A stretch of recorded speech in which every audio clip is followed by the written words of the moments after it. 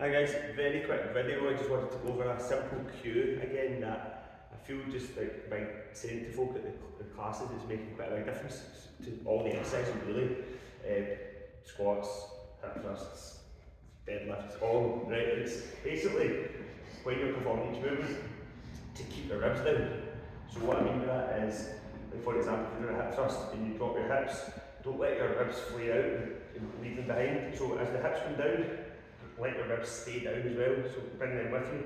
Same with a squat, so don't just push your hips back and focus on that and let the ribs flare out like this. Like, as you push your hips back, keep your ribs sort of, be aware of where they are. They shouldn't be flaring out the way, they should be sort of staying down.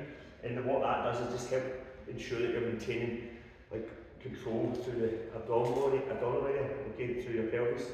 So, same with deadlifts, okay, so as you're coming up and down, don't just stick your bum out without consideration for what's happening here. So yeah, you're pushing your hips back, you're pushing your bum out, but your ribs are also staying down, and that will just help ensure that you're not just hyperextending through your lower back, which can cause a lot of pain. Equally at the top of the hip thrust, although we're not doing it in this session, but we're doing them obviously next week, as you squeeze the to the top, also push your ribs down, because at the top of the hip thrust, if you're focusing so much on just getting the bar up as high as you can, what some people are doing is they're pushing their hips up and their ribs are sort of flaring out and they're hyperextending through here, and they're not really maximising the contraction through the glutes. You probably think they are because you're getting a wee bit more height, but ideally though, in a hip thrust, you want to finish here, so there, so the ribs stay down, the glutes are here, maximally engaged, and you feel a lot more of a concentrated contraction to your glutes, as opposed to pushing through a wee bit higher, but not the same level of contraction here, and the lower back will take in a lot more of the load.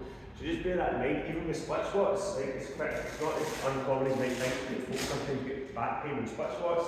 So again, that's because when they're going down, they're sort of like so focused on just going down that this will flare right out, this will open right up, the lower back becomes hyperextended. So yeah, so lower you're going down, you're still trying to keep the ribs down, and that just helps keep everything nice and compact, nice and tight, nice and engaged through the lower back. Or nice and neutral through the lower back, sorry, and nice and engaged through the core. So just bear that in mind with every exercise. Even maybe a couple of people that have maybe got a bit of general day-to-day back pain who probably kind of stand with this sort of slightly swayed back posture, which tends to be accompanied by a wee bit of a rib flare. But something I've noticed in 2 or 3 people recently is like they lock their knees out when they stand. So if your knees kind of lock out, automatically that starts to sort of connect the chain all up, whereby you're not going to be engaging through here. You're taking a bit of a hyperextension position here in your lower back, so you're taking a lot of load. So even when you're standing day to day, depending on what your job is, have a soft knee, so slightly soften your knee, and that will automatically help create a bit more engagement up through the posterior chain, through the glutes, take a wee bit of pressure off your lower back. So be aware, it's about creating awareness, not just in here, but even outside, especially if you suffer from sort of general backaches.